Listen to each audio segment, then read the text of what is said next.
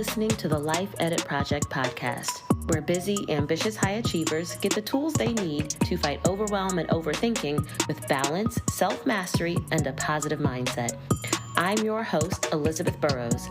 I'm serving up bite-sized truth bombs in a judgment-free zone based on my perspective as a life coach, wife, mom, and recovering overachiever. We keep it real over here, which usually means some combination of insightful, entertaining, and a hot mess express. So, if you're looking for perfection, look elsewhere. But if you're still with me, let's dig into this week's episode. Good day, good people. Welcome back to the Life Edit Project podcast. I've got a fun and juicy episode for you this week because this time, y'all are the ones who told me what to talk about. That's right, this is the Q&A episode we've all been waiting for, and I'm so excited. Today, I'm going to respond to 5 different questions that my lovely listeners submitted, and the topics range from dating to family drama to talking about money and even work-life balance. I cannot wait to dig in. But before we get started, let me give you a little explainer and then a little disclaimer so that you all know what's happening and what to expect as I respond. So, as you all know, this is a weekly podcast with new episodes dropping every Wednesday. And for the last few weeks, I've been asking y'all to send in questions that you want me to answer on this show. And no topic was off limits because I wanted to get a feel for the kinds of real challenges and situations that are on your minds. I created a submission form to collect your questions, and I asked you all to provide any additional context or details that you thought I'd need to be able to give you a helpful response. Anyone that asked a question also got to choose how they wanted to be identified. They could remain completely anonymous, or they could give me a pseudonym, use their initials, or even drop in their social media handle, whatever. It was up to them, no strings attached. And I didn't ask for any contact information, though, so I didn't go back and forth with the folks that did submit questions. So I'm working with limited information. Just whatever they put in the form is what I've got to go on. As we go through these questions, I'm going to read the questions and the context that the questioners gave me. In some cases, I've made some very light edits to their words just for clarity, but not to change the meaning of what they wrote. Please keep in mind that this isn't like your typical online advice column or the strawberry letter. No. I'm offering insights, feedback, and suggestions based on my perspective as a professional, experienced life coach. I'm not your therapist, I'm not a comedian, and I'm not one of your little friends, so adjust your expectations accordingly. That being said, my word isn't gospel. I'm going to give you what I got. But you can take it or leave it. Eat the meat and spit out the bones. I'm dropping gems today, so no matter who you are, you should be able to leave with at least 1 or 2 useful nuggets. Okay? Now, if you're ready, let's do this like Brutus.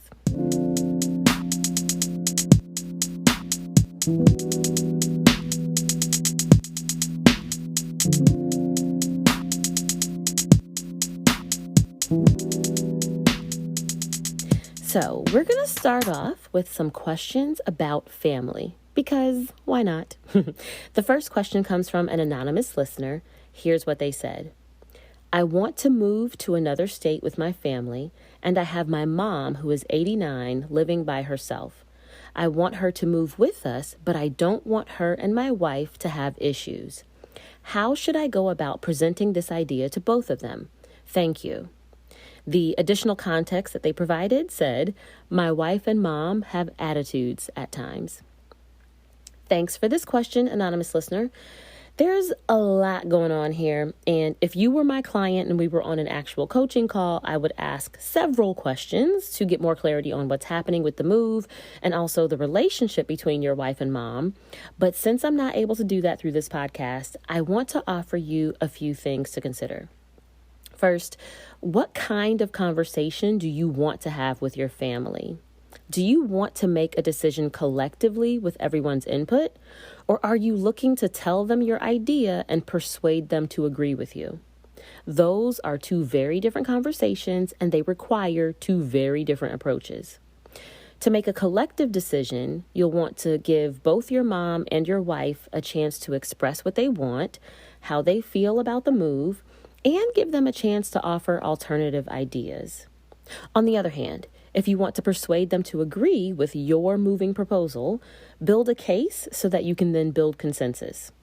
Give each of them lots of reasons to agree with you, not because you're right and they're wrong, but because your idea benefits each of them. In either case, whatever you decide to do, you may want to speak to them both separately first before coming together as a group, if the dynamics between the three of you or just the two of them is tricky. And it will probably take more than one conversation because it's a big, hairy decision. Also, be prepared to make some kind of compromise because it's unlikely that all three of you will agree on every single detail. Secondly, whatever kind of conversation you decide to have, keep in mind that you're talking to two other adults and you don't get to decide what they think or how they feel. So, while you may not want there to be issues between your wife and mom, that's not up to you. What you can do, though, is try your best to respect each of their feelings, even if you don't like them or understand them. Now, along those lines, let's revisit your statement about how your wife and mom sometimes have attitudes. I want to reframe that a bit. What if what you're calling their attitudes is actually them reacting to a situation where their needs have gone unmet?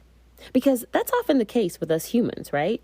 Our feelings usually drive our actions, and negative feelings often point back to some kind of unmet need. So, the next time you notice your wife and mom having, quote, attitudes, stop and ask, how are her needs not being met right now? And if you're willing to explore that honestly and without judgment, you might find lots of opportunities to improve these relationships. So again, thanks for your question. I hope my response was helpful. Good luck with these conversations. The next question is from a listener named Melissa, and you can find her on IG at @theissajoan, and I'll link her up in the show notes. She asks, what are your thoughts or suggestions about building boundaries around family and money? Because I make the most money in business and in corporate, it's difficult to have conversations with close family members about achievements and wins that don't lead to picking apart my pockets, lending asks, or shutting down my achievements. Oof. Hey, Melissa. So I just want to start by acknowledging that it can really suck to feel like you're not being supported by close family in any situation, in any context. And money can add an extra dimension of complexity to family dynamics. And I don't know if this is the case for you, but especially if your family values and beliefs around money don't leave a lot of room for individual success, navigating these kinds of conversations can get very tricky. That being said, my thoughts around building boundaries around family and money are the same as my thoughts about building boundaries in general. I am a firm believer that healthy boundaries are critical to healthy relationships, including relationships with family members. We can't control other people, and you, Melissa, cannot control your family. You can't make them be happy for you when you achieve something. You can't make them stop having opinions about what you should be doing with your money, and you can't even stop them from feeling entitled to spend money that you've earned. But you do have full control over what kind of access your family has to you and your money through your boundaries. So here are a few steps you can take to shore up those boundaries. Number 1, know your own limits. And the key to identifying your limits is to focus on creating and maintaining the conditions that allow you to feel safe, not controlling or manipulating how your family behaves. For example, maybe you're not okay with lending anyone more than $100 because larger amounts make you feel resentful. Or maybe you're not comfortable talking numbers with your family at all, not theirs and not yours, because it makes you feel like you're about to be attacked. Identifying your specific limits will help you set more effective boundaries. Number 2, decide how you'll protect yourself when someone tries to get past your limits. For example, If a relative asks to borrow $300 and your limit is $100, are you going to tell them that the best you can do is to let them borrow $100, or are you just going to say no altogether? If your sibling brings up money in your next conversation and you said you don't want to talk numbers, are you going to change the subject in the conversation or flat out tell them that you've decided not to talk about money? You get to decide how you'll respond to boundary violations in advance. And 3, be consistent. You have to be the first person to honor your own boundaries, and you do that by sticking to them consistently. Even if your family doesn't like them, even if your family doesn't agree with them, and they probably won't, because if you're changing your boundaries or just starting to create boundaries with them, they won't be used to observing them. And change is uncomfortable and hard for everyone. But your boundaries are your responsibility, not theirs. So you've got to be the one to stick to them first. Now, aside from boundaries, the other thing I'd suggest is building relationships with people who can offer you the kind of support you want and need. And for the record, I believe that women, especially Black women, need support systems that extend beyond just family. We need friends and colleagues and accountability partners and professional service providers like a coach or a therapist. Most of us cannot find every kind of support we need within our family circles, and that's okay. There are lots of other people out there who would love to love and celebrate and accept all parts of you, including your financial success. So go find them and do what you need to do to stay connected to them. Good luck.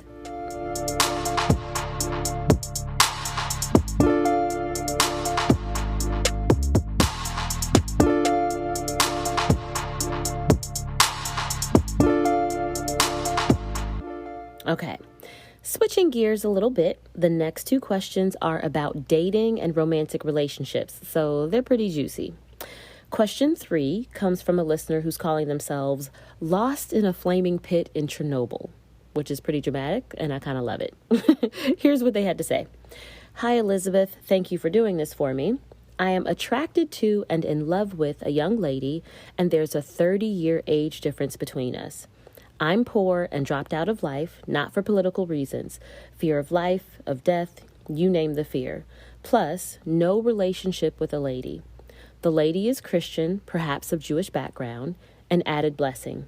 She is smart, big-hearted, and a true Proverbs woman. I want to ask her to marry me. Any advice? So, lost in a flaming pit, thank you for this question.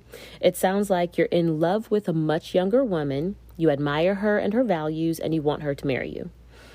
But I'm not clear on what kind of relationship you have with her at present. When you said no relationship with a lady, I wasn't clear if you meant that you have no relationship with her or just that in the past you haven't had any major relationships. And that can make a big difference on how you would approach her. So here are some things for you to consider. First, what do you bring to the table? You described yourself to me as a poor dropout with lots of fears, but what makes you husband material?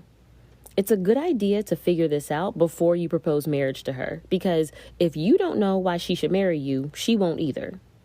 Second, what does she want? It's clear that you admire her, and yes, we know you want to marry her, but do you know what she's looking for? She's significantly younger than you, so do you even know if she's interested in getting married and if that's going to happen anytime soon? Do you know anything about the vision she has for herself and her future? And if so, where would someone like you fit into that vision? It's not enough that you want her. If you're going to be a good match, she should also want you, and you should both want the same things for the future.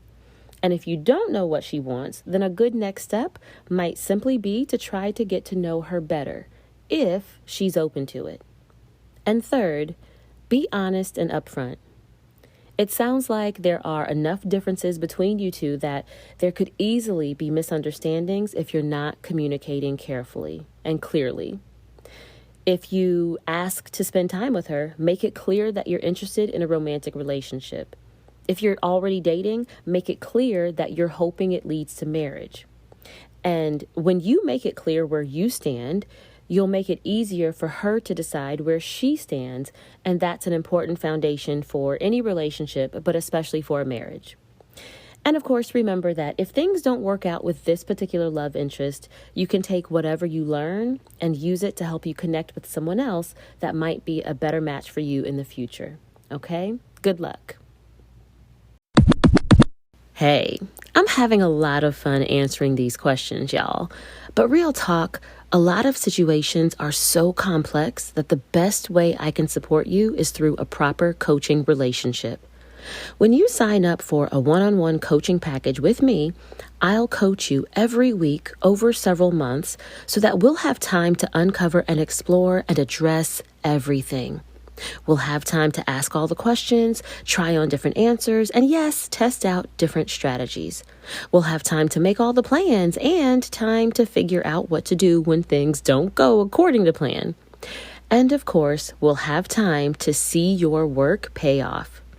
Your dreams deserve the time it takes to make them happen, and your challenges deserve the time and effort it takes to solve them. Book a free consultation with me, and let's talk about how my coaching services can help you do both. The link to book a call with me is in the show notes. Use it today. Okay, back to the show. The next question, we're still on relationships, is even juicier. It comes from someone named Renee L., and she writes, how can I differentiate between when I'm disqualifying a guy because he doesn't fit the idealized or romanticized expectations in my head versus we're just not compatible? I'm 32 and I have been dating on dating apps. It's been an up and down roller coaster as I've dedicated the last 2 years to inner healing, therapy, and growing in my self-love. However, now I fear I've set up unrealistic expectations for who my partner should be and what that should look like. For instance, a present guy I'm getting to know, I'm attracted so much to his character, how he listens, is patient, kind, funny, considerate, family-oriented, and more. However, I'm not attracted to his smile. Vain, I know. But smile is top of the list for what I want in a partner. I've discounted him before, but he's found himself in my life again. LOL. I just don't know what to do. Is this me trying to have it all, or are we truly not compatible? Whew, child. This is a big question, and I could literally spend an entire episode helping you unpack and explore this. But in the interest of time, I'm going to focus on 2 questions that you seem to be asking. First, you seem to be asking whether not being attracted to his smile means that you're not compatible. Here's what I'm going to offer you. And you might not like this, but here you go. You get to decide what compatibility means to you and how it works. For example, you might want to think of compatibility as a pie chart with different elements of compatibility making up the different slices, right? The different pie slices in the pie graph, right? So there might be a slice for values, one for physical attraction, one for financial goals, intellect, spiritual beliefs, etc. And all of those slices might be different sizes. And if this is your perspective, his unattractive smile might mean that the physical attraction slice is smaller than usual, but you can still have a complete compatibility pie. Yeah? Or maybe it's more helpful to think of compatibility as a spectrum with fully opposed on one side and fully aligned on the other. And maybe you see this guy as falling somewhere on the aligned side of the spectrum, but not all the way at the end. Either way, you get to decide how much his smile impacts compatibility, and there are no wrong answers. The other question you seem to be asking is whether it's unrealistic to try to find a guy that meets all of your standards. And I don't think that matters.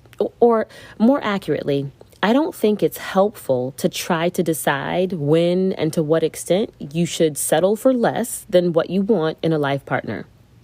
Thinking that way doesn't make you feel good, and you probably won't make the best choices from that mindset. Instead, it would be more helpful to consider what's behind what you want in a partner.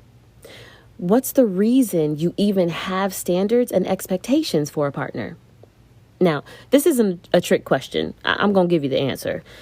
It's because you want to feel a certain way and do certain things in a relationship. That's it. The point of having standards is to orient yourself toward the kind of experience you want to have.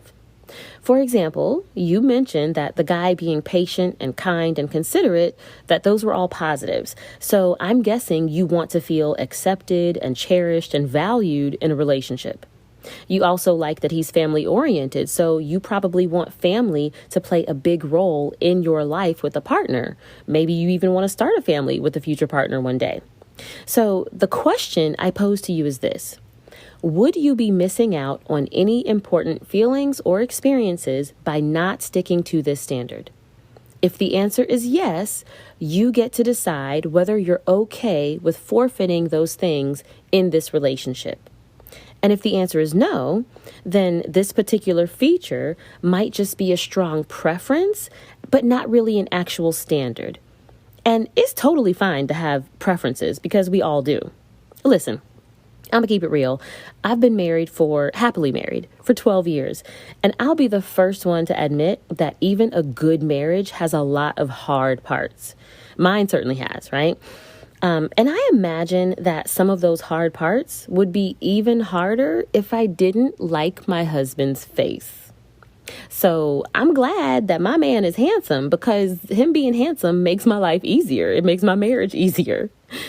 But I've also learned that I don't need to be attracted to everything about my husband to be attracted to him. For example, I don't think my husband has attractive feet. Don't judge me, y'all. And he knows this, by the way, so if he listens to this episode, he won't be surprised.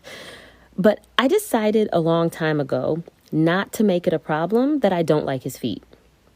I don't need his feet to change, and I don't need to change the way I feel about his feet. I just get to not like his feet, and we still get to be in love and live our happily ever after. My point is, you don't need to shame yourself for having preferences or standards of any kind. You might not be able to change how you feel about his smile, but you can decide that how you feel isn't a problem, whether you choose to pursue a relationship with him or pass. You're the one that has to live with the decision, so make a decision that you can live with. All right, sis? You got this. Okay. I think I saved my favorite question here for last. So our final question comes from someone with the handle Typed in Pink on IG. Hey girl, hey. And here's what she wrote. Work-life balance. How do you juggle your family life, a full-time job, and a side hustle? I'm totally afraid of burnout and being stressed. Is it possible to balance the three? This is such a good question, and I absolutely live for conversations about work-life balance, because I consider balance to be an essential adulting life skill in today's society.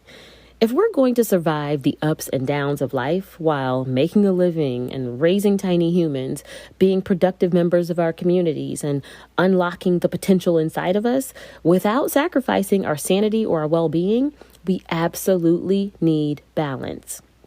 And once again, I could devote an entire episode to this topic, and eventually I will.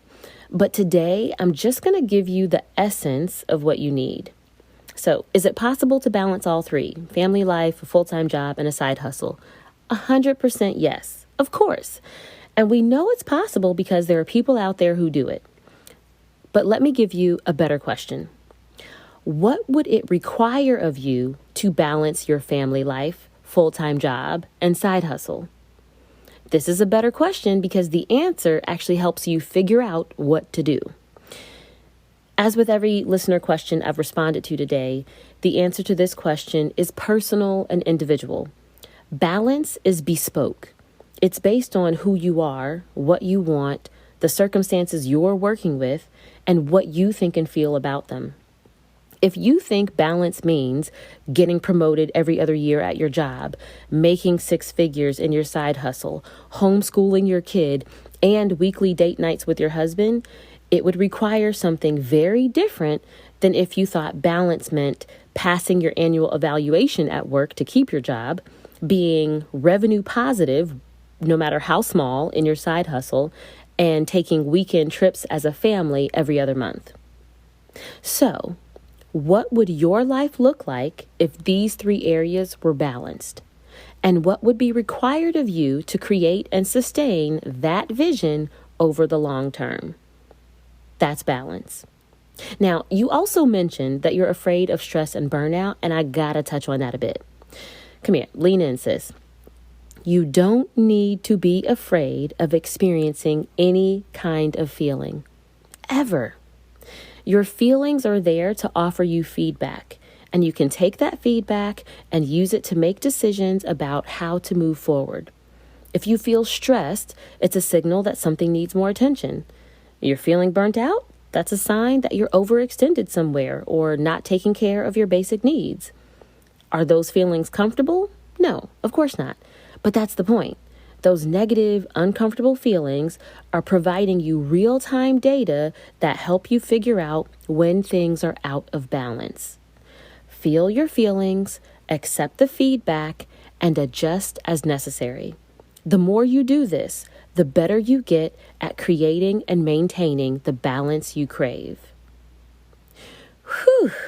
Okay, so that is our first Q&A episode in the books, and I had so much fun answering all of your questions. Thanks again to everyone that submitted a question, and thanks to all of you lovely listeners who tuned in. I hope my responses help you unlock some of the wisdom and insight that you already have inside of you.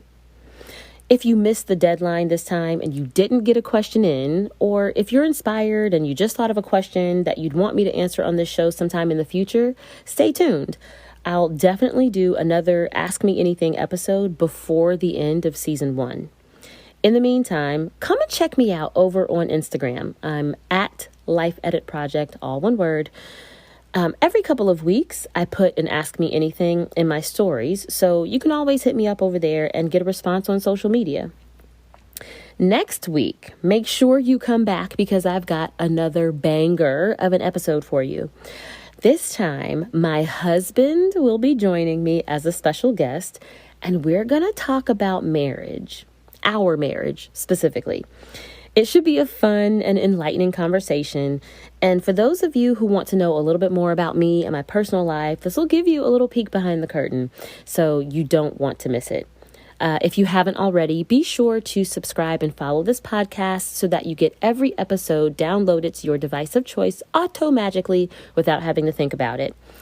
And remember, please rate and review this show on Apple Podcasts. Your ratings and reviews really help other people find this podcast, and it helps me reach more people and help all the people who need help, right? So thank you so much to everyone. Thanks for tuning in. I will talk to you all next week. Until then, find peace, spread joy, breathe deeply, and go have some fun. You deserve it. Thanks for tuning in to this episode of the Life Edit Project podcast. I'd love to hear what your favorite moment or key takeaway was from this conversation. You can send me a message on Instagram, Facebook, or Twitter to let me know. My handle is @LifeEditProject, all one word, in all the places. My social media is linked up in the show notes to make it easy for you. Holla at your girl. I'll be back next week with another episode. In the meantime, don't just stay busy with the life you have. Get busy creating the life you want.